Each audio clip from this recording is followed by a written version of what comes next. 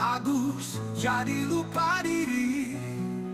Agus dapat donasi malah dipakai belanja di Shopee.